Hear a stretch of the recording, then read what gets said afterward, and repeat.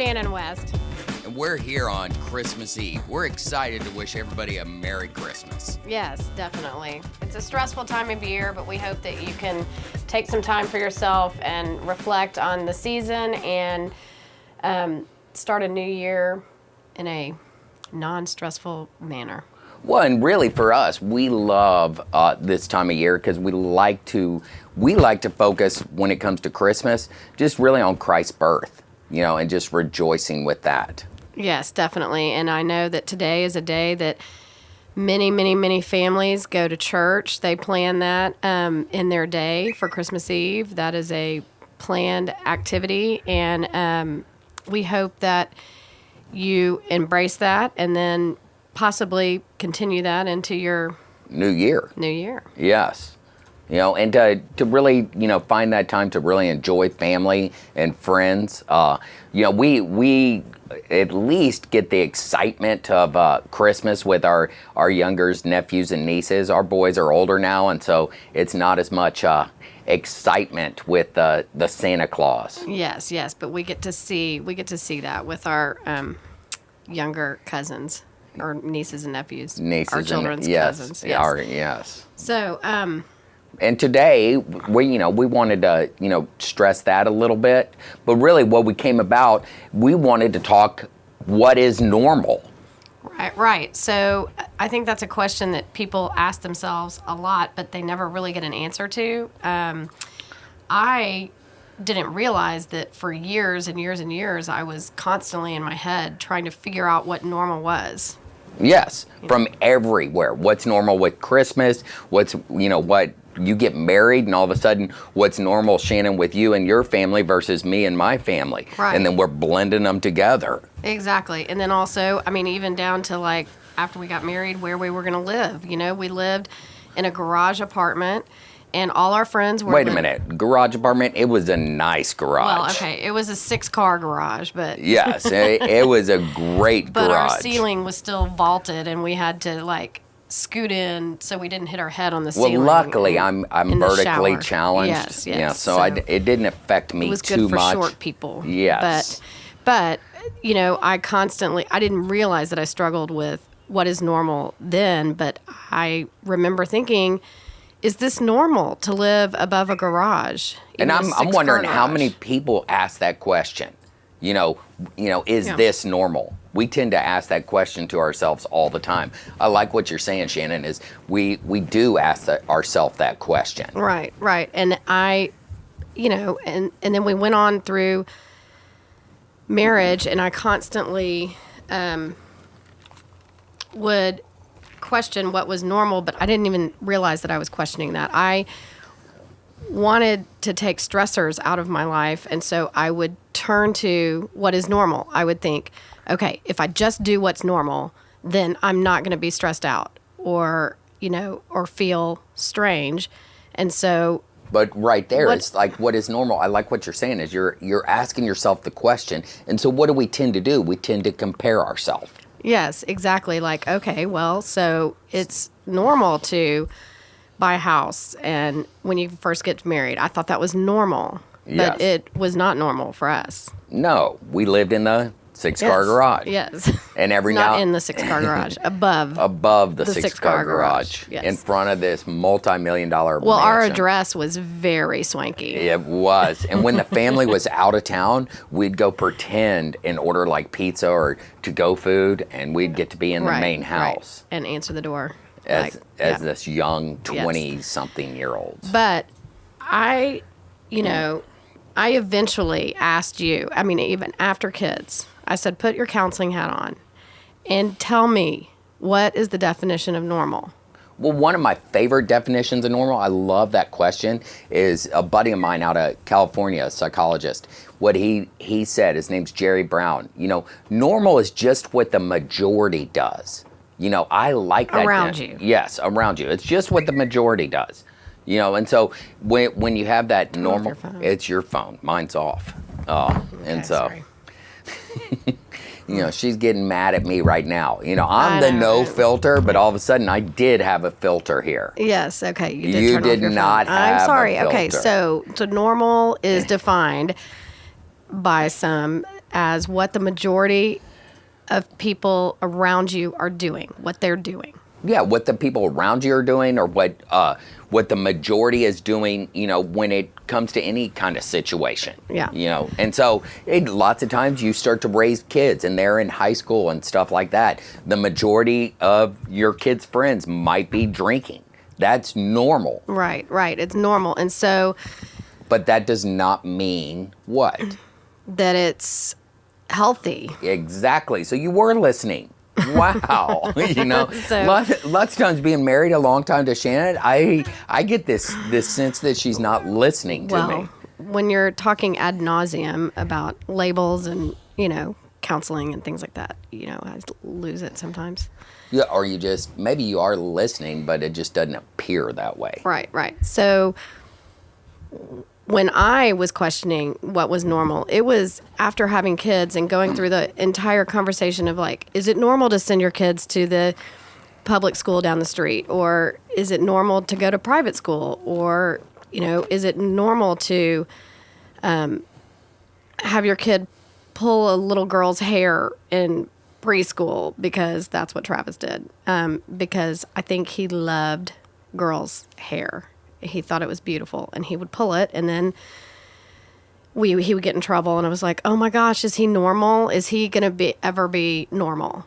But then it's like, what is normal? So it's whatever everybody's doing around you, but that does not mean, though, it doesn't mean it's healthy. Yes. And all of a sudden we start to think, I like what you were saying earlier, we start to think we're weird if we're not doing what the majority's doing. Right. Well, I said that earlier between you and I, that the opposite of normal. What's the opposite of normal?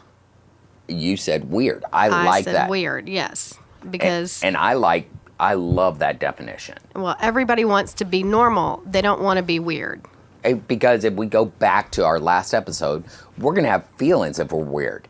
Right. And we try to cover up those feelings. Yes. And so after I had our second child, I remember my anxiety was kind of kicked up. And I would wonder if that was normal because I didn't really talk to other moms around me or anything like that.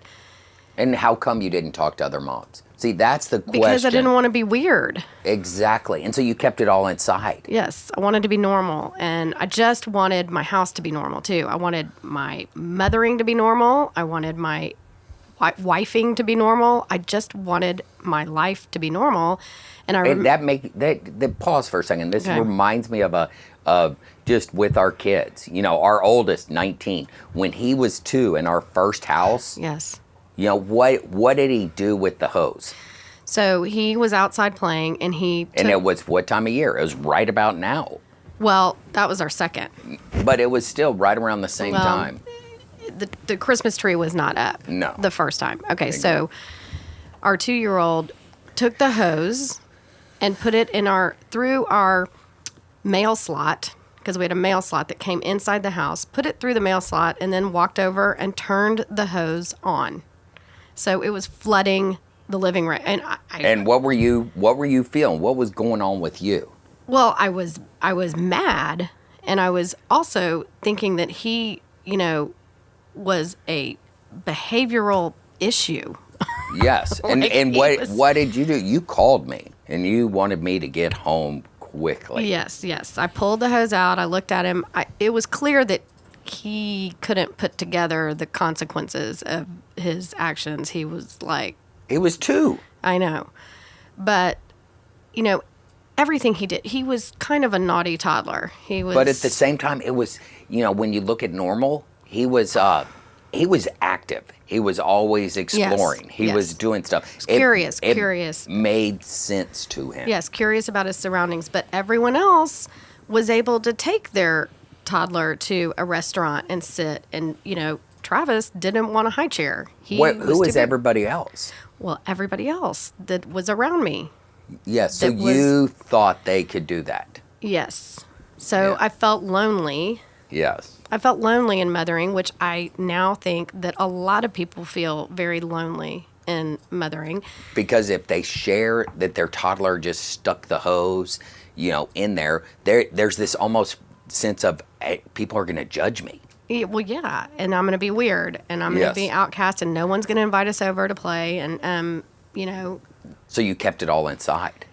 yes. And then I'll never forget that my anxiety presented in a way that was kind of funny when I thought I was losing my mind was that I had some clothes to return to the Gap, okay, Yes. of all places. I mean, it wasn't like they were these high dollar items that needed to be returned immediately. But I remember waking up in the middle of the night and thinking, why on earth is the Gap not open like 24 hours a day so that people like me, when I have free time at midnight. Yes. I can go return. I can knock this off my Your list. husband's home. He can take care of the kid. you Yes. know. Why is that not normal? Why is that not normal that the Gap is not? And then I realized, okay, that's not normal. That's not healthy.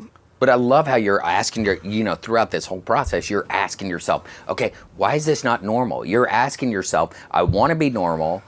I don't feel normal. Yeah. Because I'm going to be weird. And then what is normal anyway? Yes. I mean, it's making me crazy. The whole thing makes me crazy. And so then that's when I made a decision to be weird. Yes. But, or really what I like to say, I love your Healthy. definition. No, I love your definition of, the opposite of normal is weird. I like the opposite of normal being abnormal. Yes. It's truly abnormal, but we don't want to be abnormal. Right. Nobody wants to. No. And so then fast forward, our boys are 4 years apart. So when our oldest was 2 and stuck the hose in the, Beck wasn't even around. he wasn't even thought of yet. Right.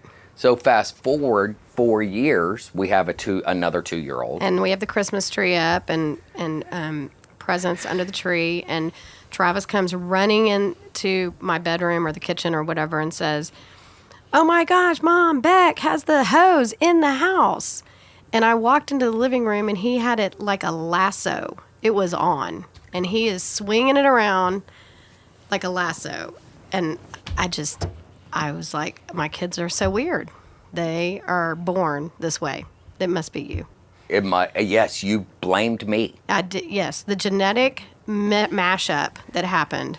Yes, and all of a sudden it was my fault. Yes. You call me on the phone. I'm down at my old sober living house. Yes. I find what was normal for me was to come up with an excuse why not to come home Yes. at that moment. Yes, yes. I did not want to experience the wrath of Shannon. Yes. Let Well- her calm down a little bit. Yes, and both of our kids have run naked down various neighborhoods too at Yes. a young age. Not now. But when they were 4 years old. Yes. So I had trouble with figuring out what was normal. Yes. And so you didn't want to be weird. Yes. By any means. Yeah, that is, that's that common thing. And so what we're trying to discuss is, okay, it's all right to be weird. Yes. It's all right to be abnormal. And if you can realize that you don't have to do what everyone around you is doing if it is not healthy for you or doesn't fit into your life or your Framework. your framework. If you try to shove yourself, it's like putting, a square in a circle or whatever. A square peg in a round circle. Yeah. Yes. It's like trying to fit that in.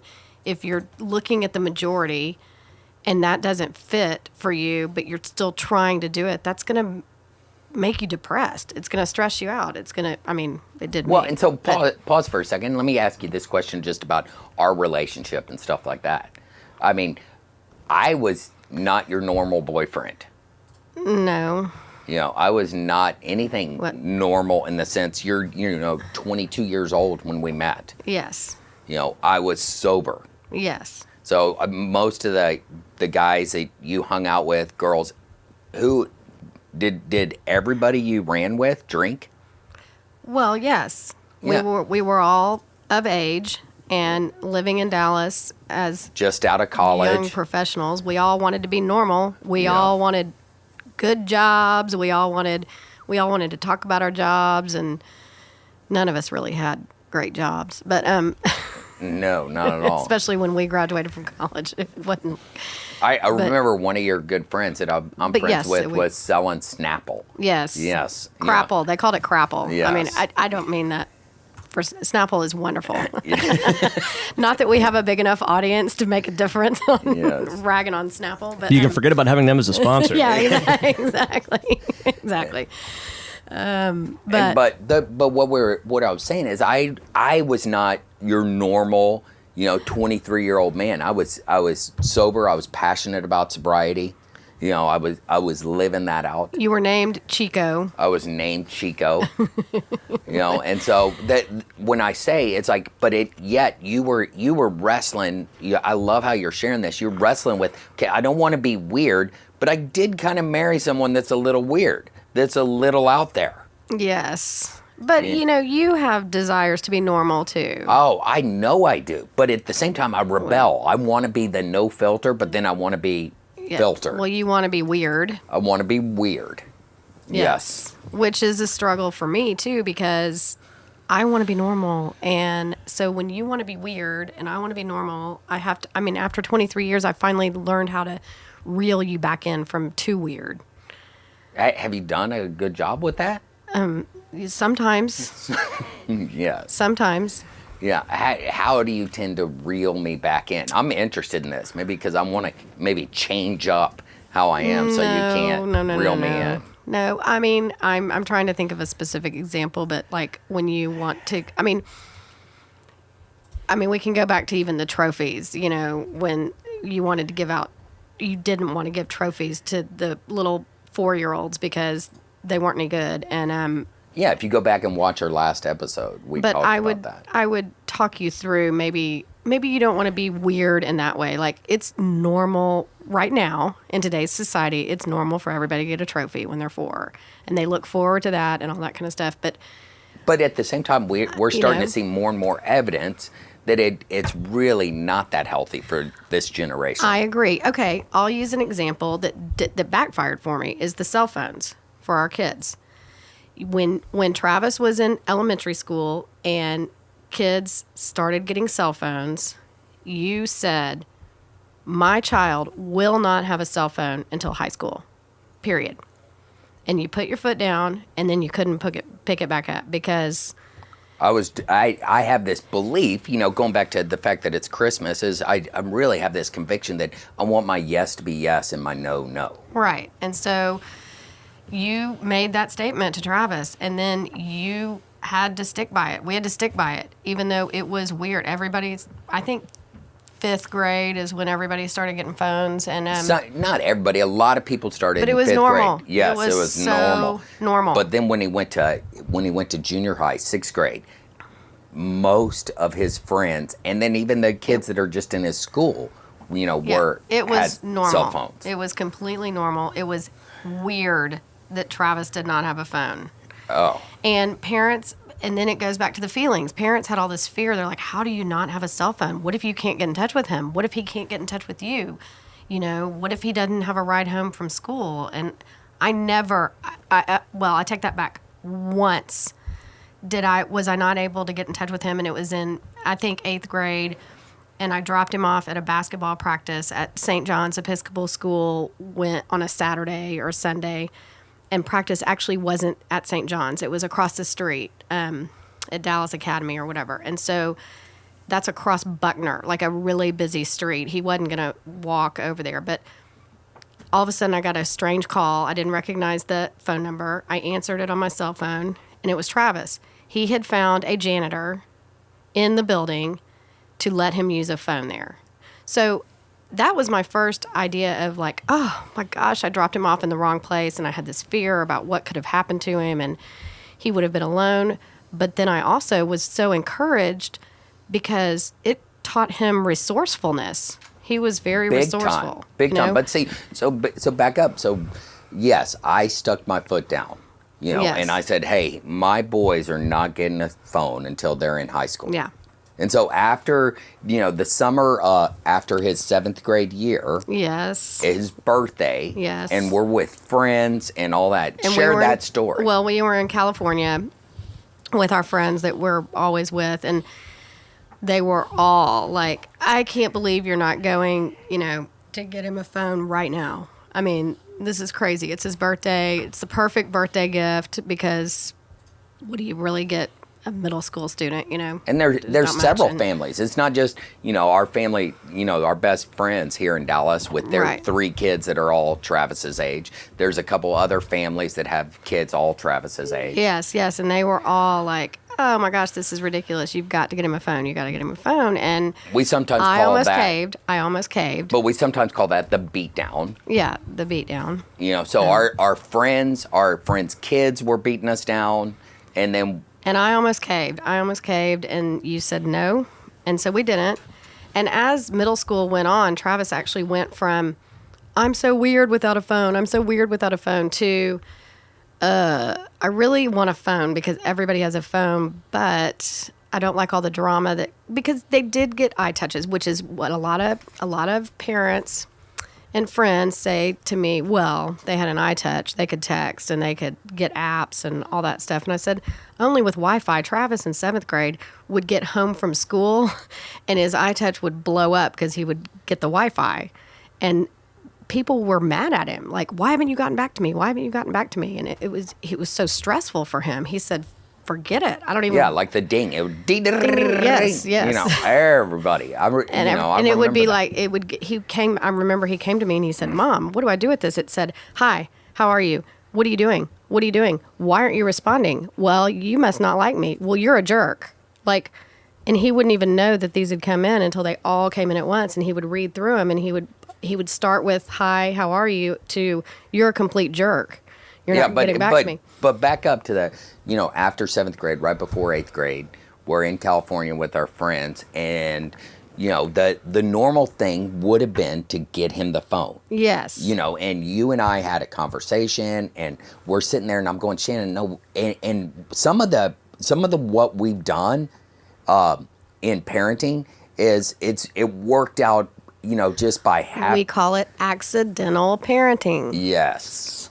Accidental parenting, because we cannot take credit for planning that. I mean, I want to take a little credit because I know you do. But not because of me, because I had this structured sober living home, and I saw these guys that were a little older than Travis, 18, 19, 20, 21, and we would take away their phone, and all of a sudden they started to engage and have community and stuff like that. Right. It's like I had this experience of working with these young men that were struggling with addiction. Yes. Our kid didn't struggle with addiction, but you saw him start to connect. Yes. When we disconnected him. Yes. And but I call it accidental parenting because I don't think we planned on the outcome of that to be that he now looks adults in the eyes and really engages with adults and everything else like that, because he wasn't, when we were out with other adults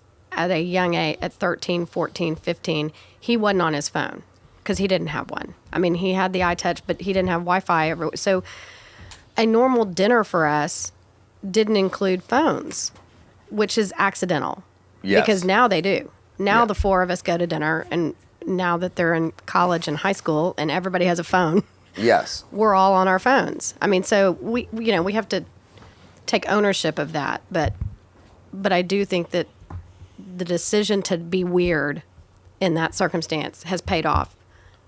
It Hundredfold. gave our kids permission that it was all right to be weird. You didn't have to be like everybody else. Right. But Yeah. they didn't like it. They didn't go into that like, Well, who likes being weird? no, I know.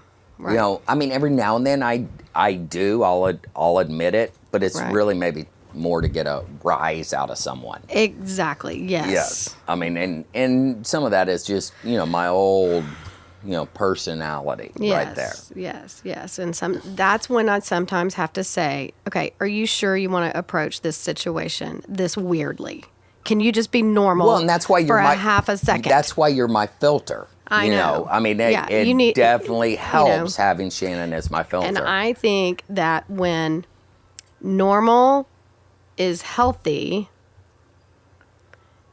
then that's a good thing. When normal is not healthy, when you're trying to put the square. I don't know if I would buy well, that. Let me finish my thought. Okay. Because I think a healthy normal leads to thriving and joy and living life to its fullest. And I think an unhealthy normal leads to codependency or possibly addiction. Okay. Can you track with I that? can track with that. I mean, I would, I don't want to get into semantics and wordplay. I would talk more about, what's healthy versus unhealthy. Normal becomes more unhealthy. Right. So I don't know if there's, maybe I can wrap my head around that there's normal healthy, but I'm not sure. Well, okay, maybe if you are healthy. Yes. Okay, if you're healthy, then maybe it can be your normal.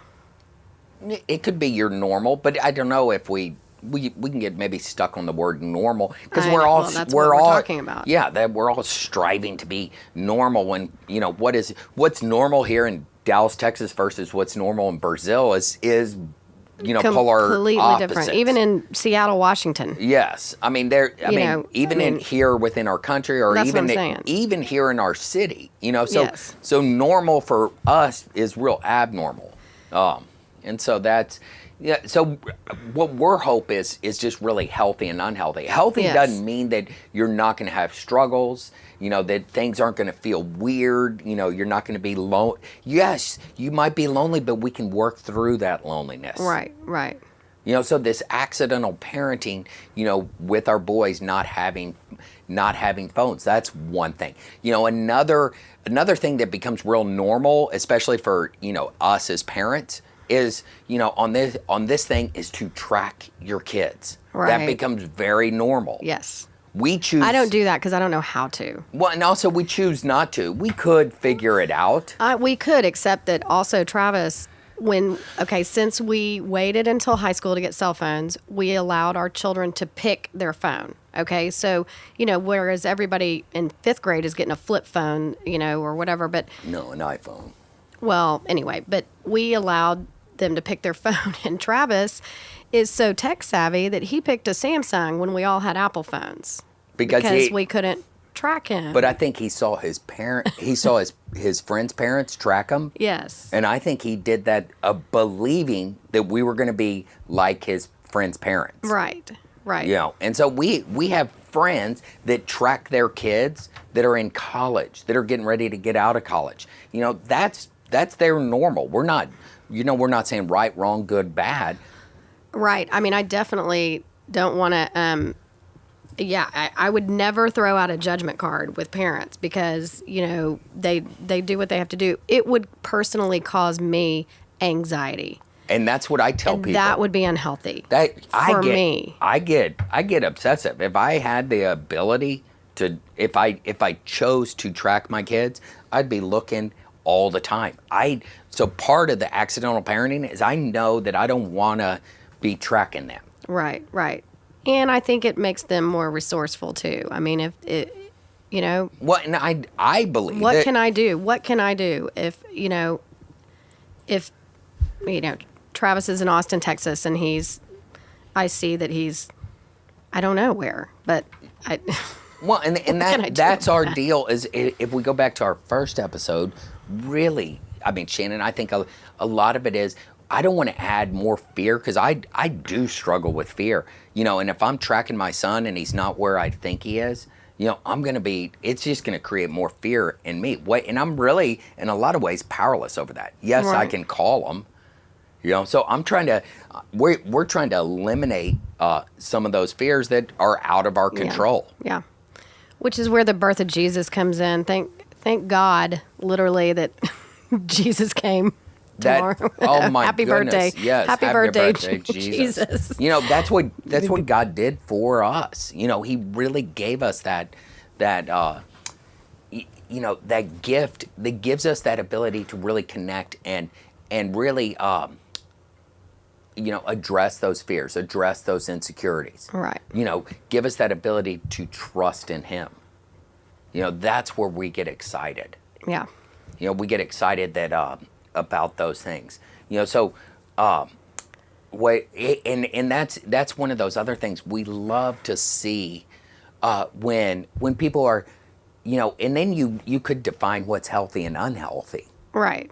Yes. I mean, because sometimes it's like, because the goal is to be healthy. Everybody wants to be healthy. Okay, just like everybody wants to be normal, but you can't really define normal. It's really hard to define normal. You can kind of define healthy and unhealthy, correct? I mean, you can define healthy and unhealthy. But at the same time, you can also define, normal versus abnormal. It was abnormal for us to not give our kids phones. Right. If you look at our community, it's abnormal for us not to track our kids. Right.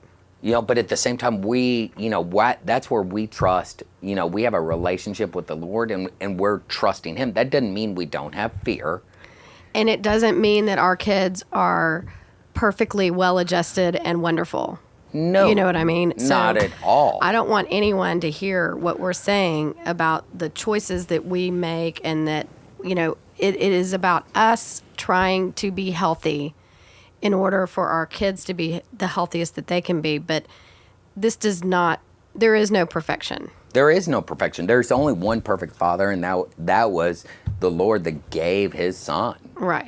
For us. So there's no perfect. I don't want anyone to ever listen to us and think, oh, we got it all together. Oh, wow. Yeah, they made all these decisions and wow, their kids are great. But little do they know. And see, this is where I get into pleasing the masses and wanting to feel normal is that I'm like, who's listening to this and going, well, I saw, so-and-so, I saw their kids, shooting off fireworks in the neighborhood.